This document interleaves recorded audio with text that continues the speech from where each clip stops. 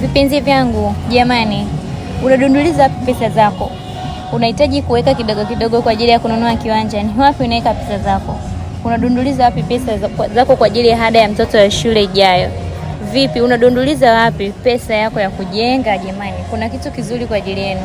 Jipatie kibubu chako kizuri. Hiki ni kibubu ambacho kinatumia umeme.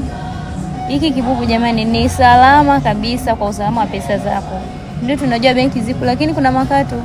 Hiki kitu ni kizuri sana na kama unapokiona kibubu ni kidogo, lakini kinatunza pesa nyingi sana. Kuna mamilioni ya hela yanaingia huko. Mchawi ni password. Ukishajua password yako, hii ni usalama kwa ajili ya pesa zako.